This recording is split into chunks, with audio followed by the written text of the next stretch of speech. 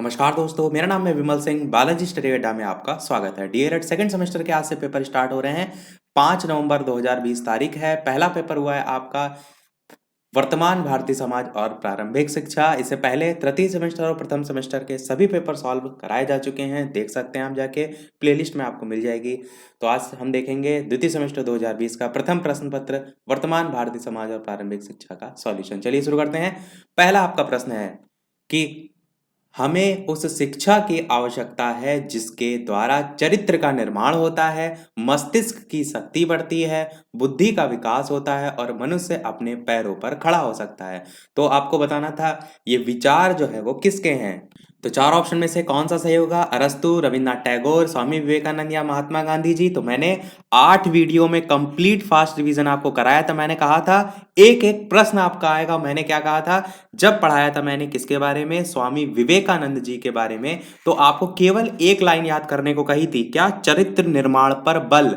किसने दिया था? स्वामी विवेकानंद जी ने दिया था। और यहां पर क्या बात की गई है? चरित्र का निर्माण होता है। इसी से आप पहचान सकते थे। आपका तीसरा ऑप्शन बिल्कुल सही हो जाएगा। देखते हैं हमारा दूसरा प्रश्न।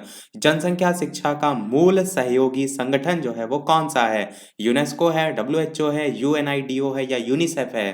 तो इनकी अगर आपको फुल फॉर्म आती होगी तो आप आसानी से कर लेंगे। यूनेस्को की फुल फॉर्म क्या होती है? आप कहेंगे United Nations Educational Scientific and Cultural Organization. तो यहीं पर एजुकेशनल वर्ड आ रहा है। और बाकी डब्ल्यूएचओ आपकी हेल्थ से रिलेटेड है, यूनेडो नहीं होती, डेवलपमेंट ऑर्गेनाइजेशन है, यूनिसेफ भी नहीं होगा। पहला वाला ऑप्शन यूनेस्को सही हो जाएगा। हिंदी में इसकी फुल फॉर्म होती है संयुक्त राष्ट्र शैक्षिक, वैज्ञानिक और सांस्कृतिक संगठन। इसके अंतर्गत सभी के लिए मूलभूत शिक्षा उपलब्ध कराना सबसे मेन प्रायोरिटी होती है। तो जनसंख्या शिक्षा का मूल सहयोगी संगठन भी आपका यूनेस्को हो जाएगा। देखते हैं हमारा अगला प्रश्न तीसरा। दिवा स्वप्न के लेखक। मैंने कहा था कि यहां से एक प्रश्न बहुत जरूरी पूछा जाएगा और पूछ भी लिया गया। मैंने आपको गिजू भाई की केवल और केवल 2 रचना बताई थी। एक दिवा स्वप्न बताई थी और मैंने एक बताई थी प्राथमिक शाला में भाषा शिक्षा। और उसी में से गिजू भाई की पूछी गई है दिवा स्वप्न। आप क्या कहेंगे? गिजू भाई बिल्कुल आपका सही हो जाएगा। मैंने पहले ही कहा था दिवा स्वप्न बहुत ज्यादा इंपॉर्टेंट है, बहुत पूछी जाती है। अगला है पाली भाषा शिक्षा का माध्यम क्या थी? 4 ऑप्शन दे रखे थे, वैदिक कालीन, बौद्ध कालीन, मुस्लिम कालीन या मध्यकालीन। मैंने सभी की आपको भाषा बताई थी। मैंने कहा था वैदिक कालीन पूछे तो आप कहेंगे संस्कृत भाषा, बौद्ध कालीन पूछे तो कहेंगे पाली भाषा या जन भाषा, और जो आपकी मध्य मुस्लिम कालीन है, मुस्लिम कालीन में आपकी अरबी भाषा। यही तीनों कोर्स में थे। और इसमें भी उच्च स्तर पर फारसी भाषा थी और निम्न स्तर पर अरबी भाषा थी। तो पाली भाषा बौद्ध कालीन भाषा शिक्षा यानी बौद्ध कालीन शिक्षा आपका बिल्कुल सही हो जाएगा। इसी को पाली भाषा, इसी को जन भाषा के नाम से जानते हैं। तो दूसरा वाला ऑप्शन बिल्कुल सही हो जाएगा। अगला प्रश्न, मुदालियर आयोग किससे संबंधित है? ये भी मैंने आपको बताया था। मुदालियर शिक्षा आयोग 23 सितंबर 1952 को आया था और ये माध्यमिक शिक्षा आयोग के नाम से जाना जाता है। तो दूसरा ऑप्शन बिल्कुल सही हो जाएगा। अध्यक्ष इसके कौन थे? डॉक्टर लक्ष्मण स्वामी मुदालियर। तो दूसरा ऑप्शन बिल्कुल सही हो जाएगा। अभी तक 5 प्रश्न मैंने देखे, पांचों मैंने आपको बताए थे। अगर वो 8 वीडियो आप देखकर गए होंगे तो डेफिनेटली आपको हेल्प मिली होगी। छठा प्रश्न देखते हैं। सच्ची शिक्षा वह है जो व्यक्ति के अंदर से प्रस्फुटित होती है और अंतर्निहित शक्तियों की अभिव्यक्ति है। बहुत ही बढ़िया प्रश्न। फ्रोवेल, रूसो, मॉन्टेसरी, प्लेटो। मैंने क्या बताया था कि रूसो की डेफिनेशन के संदर्भ में आपको जब भी पूछा जाएगा तो प्राकृतिक स्वरूप के समर्थक थे, नेचुरल, कोई प्रकार की बनावटी चीज ना है। तो यहां पर क्या लिखा है? सच्ची शिक्षा क्या है? जो व्यक्ति के अंदर से आती है, वो प्राकृतिक हो। तो ये कथन किसका है? ये कथन रूसो का है। दूसरा ऑप्शन बिल्कुल सही हो जाएगा। अगला प्रश्न देखते हैं सातवां। आधुनिक शिक्षा का जन्मदाता किसे माना जाता है? Macaulay, William Hunter, Charles grant या चार्ल्स वुड। तो ये तो मैंने सबसे पहले वीडियो में बताया था। उन 8 वीडियो में जो सबसे पहला या दूसरा वीडियो था उसी में मैंने बोला था आधुनिक शिक्षा का जन्मदाता चार्ल्स ग्रांट को माना जाता है। तीसरा ऑप्शन बिल्कुल सही हो जाएगा। अगला प्रश्न देखते हैं आठवां। किंडरगार्टन से क्या अभिप्राय है? बच्चों का घर, बच्चों का खेल उद्यान, बाल उद्यान या बच्चों का कमरा। तो आपको मैंने क्या बताया था जब मैंने फ्रोबेल पढ़ाया था? किंडरगार्टन एक जर्मन भाषा का शब्द है जिसका अर्थ होता है बाल उद्यान। तो यहां पर आपका क्या होगा? ऑप्शन नंबर 3 बाल उद्यान या बालक बगीचा, इस टाइप से जो है आप इसे परिभाषित कर सकते हैं। तो यही सही हो जाएगा। अगला प्रश्न देखते हैं। नवा, गिजू भाई शिक्षा को मानते थे पाठ्यचर्या केंद्रित, शिक्षक केंद्रित, बाल केंद्रित या समाज केंद्रित। मैंने केवल एक पॉइंट आपसे कहा था, जहां गिजूभाई आए बस आप कह दीजिए कि बालक पर आधारित शिक्षा होनी चाहिए, यानी कि बाल केंद्रित शिक्षा होनी चाहिए। तीसरा ऑप्शन बिल्कुल सही हो जाएगा। ऑप्शन नंबर 3, गिजूभाई शिक्षा को बाल केंद्रित मानते थे। अगला प्रश्न पूछा गया था, महिला समाख्या योजना कब से लागू हुई? ये भी मैंने बताया था। अभी तक के 10 प्रश्न मेरे बताए हुए आए, मुझे बहुत खुशी हो रही है। 1992, 1995, 1988 या 1989? तो आप कहेंगे 1989 में महिला समाख्या योजना लागू की गई थी। मैंने तो ये तक बताया था कि 10 राज्यों के 126 जिलों में आयोजित की गई थी। जिसने देखा होगा 8 वीडियो वो तो बहुत खुश होगा। आज अगला देखते हैं प्रश्न हमारा 11वां। वीडियो पसंद आ रहा हो तो सभी लोग वीडियो को लाइक अवश्य कर दीजिएगा, ताकि मुझे भी मोटिवेशन मिलता रहे। इतना अच्छा मैंने आपका पेपर कराया तो एक लाइक तो आपका बनता ही है। इतना अच्छा सॉल्यूशन मैं आपको दे रहा हूं तो एक लाइक तो बनता ही है। और साथ ही साथ वीडियो को शेयर भी अवश्य कर दीजिएगा, ताकि सभी तक वीडियो पहुंच सके और सभी लोग अपना पेपर चेक कर सकें। 11वां प्रश्न देखते हैं, मूल्य वह है जो मानव इच्छाओं की तुष्टि कर सके, ये कथन किसका है? ये वाला प्रश्न मैंने आपको नहीं कराया था, नहीं ये मैंने नहीं कराया था। इसमें पार्सन्स, काने, महात्मा गांधी, अर्बन में से अर्बन आपका सही हो जाएगा। अर्बन ने कथन दिया था। आपके कोर्स में होगा भी तो कहीं एक बीच में लाइन लिखी होगी, मैंने जो मुझे इंपॉर्टेंट लगा था उसके आधार पर सारी चीजें बताई थी। अगला प्रश्न 12 देखते हैं, स्वच्छ ऊर्जा संसाधन है सौर ऊर्जा, पेट्रोलियम, कोयला या प्राकृतिक गैस? तो आप क्या कहेंगे, जब कम प्रदूषण हो, बिना प्रदूषण के ही सारे कार्य हो, बिजली उत्पन्न करने के लिए ऐसा किया जाता है, तो आप सौर ऊर्जा ही कहेंगे। सबसे इसमें से स्वच्छ ऊर्जा का संसाधन है पेट्रोलियम, कोयला, प्राकृतिक गैस, इनके कंपैरिजन में सौर ऊर्जा आपका सही होगा। 13 प्रश्न है, भारतीय संविधान के किस अनुच्छेद के अंतर्गत 6 से 14 वर्ष के बच्चों को निःशुल्क और अनिवार्य शिक्षा का अधिकार जो है वो प्राप्त है? तो एक ही आपके कोर्स में था अनुच्छेद 21 का, 6 से 14 वर्ष तक के निःशुल्क और अनिवार्य शिक्षा के संदर्भ में, इसी को आप टिक कर सकते थे। अनुच्छेद जो 23 होता है ये आपका खरीद बिक्री, जो व्यक्ति है उनकी खरीद बिक्री होती है बच्चों का, या अंग व्यापार, इस टाइप की जो चीजें होती हैं वो इसमें आती हैं। अनुच्छेद जो 22 है इसमें आता है, कोई व्यक्ति को आपने हिरासत में ले लिया तो 3 महीने के परीक्षण के बिना गिरफ्तार नहीं कर सकते। ये सारी चीजें इसमें है अनुच्छेद 22 में।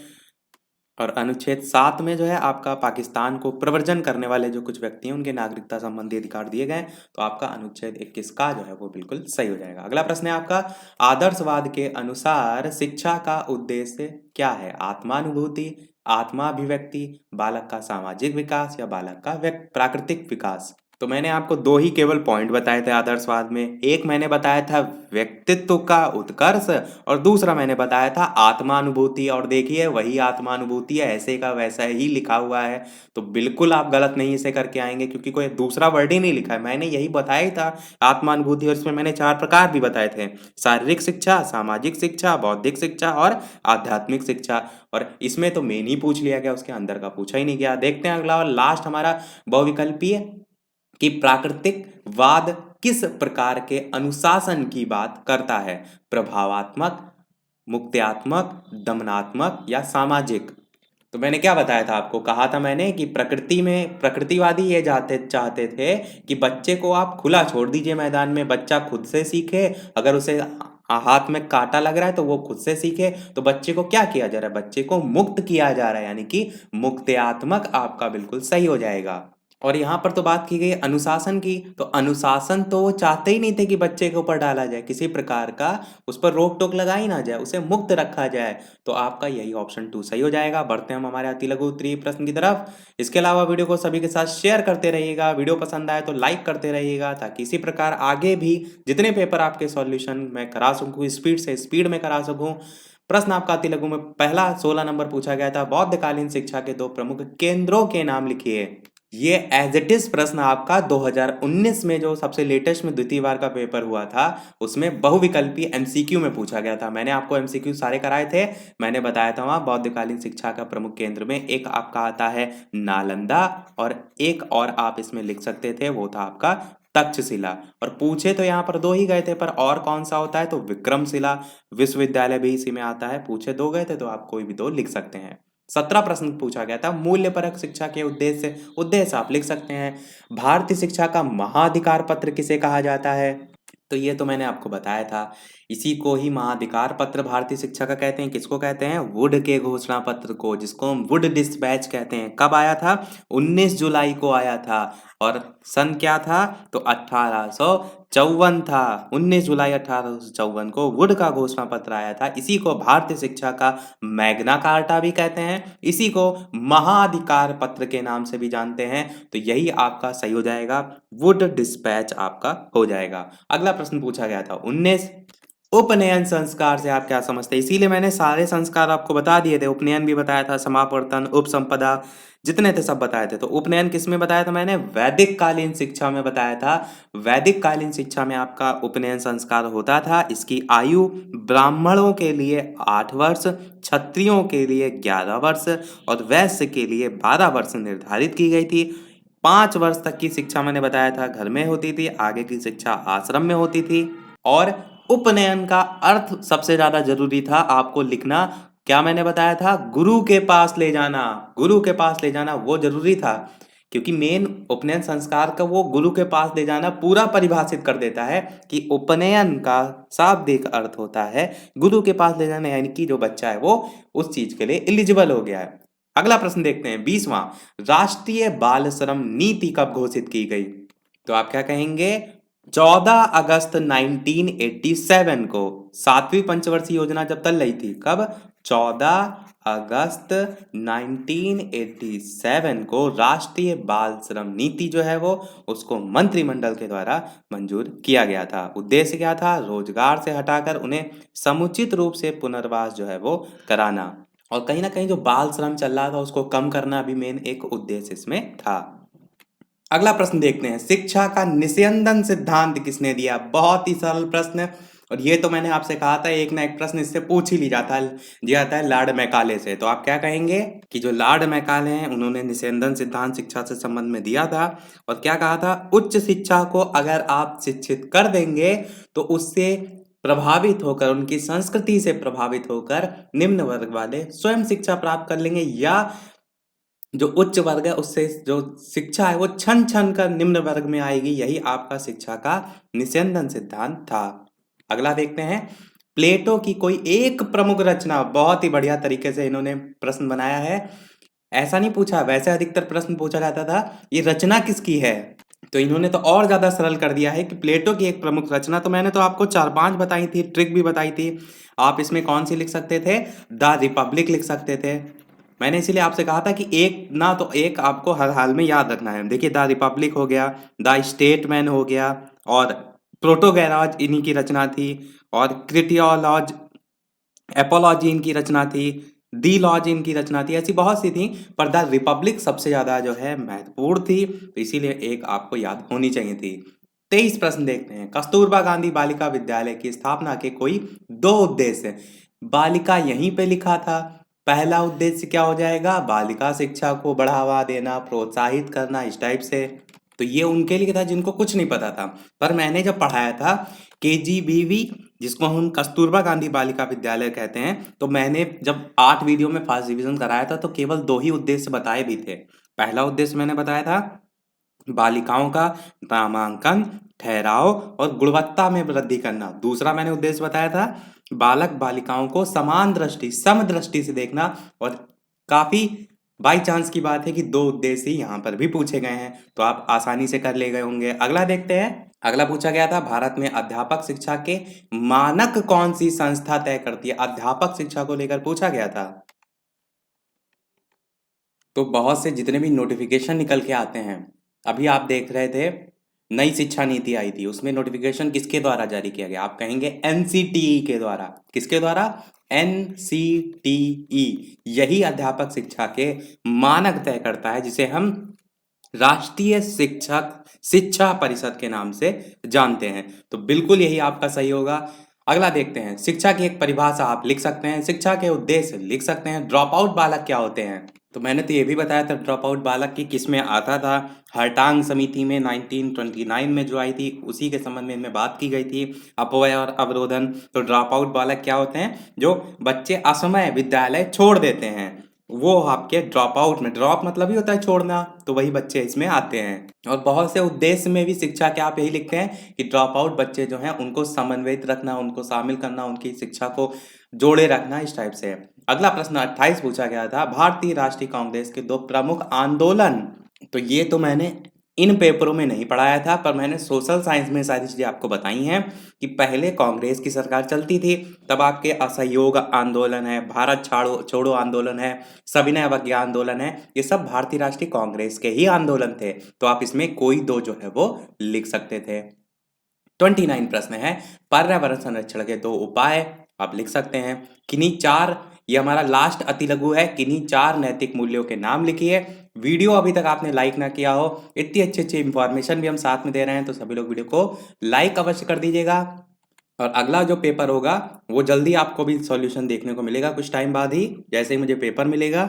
और पेपर भेजने के लिए आप फेसबुक पर बालाजी स्टडी अड्डा सर्च कर सकते हैं, वहाँ पर मेरी आईडी है, वहाँ पर पेपर भेज सकते हैं। और साथ ही साथ टेलीग्राम का मैंने एक नंबर जो है वो भेज दिया था टेलीग्राम चैनल पर, वहाँ पर भी आप भेज सकते हैं पेपर, ताकि जल्दी जितनी मुझे मिलेगा उतनी जल्दी मैं आपको सॉल्व करा सकूँ।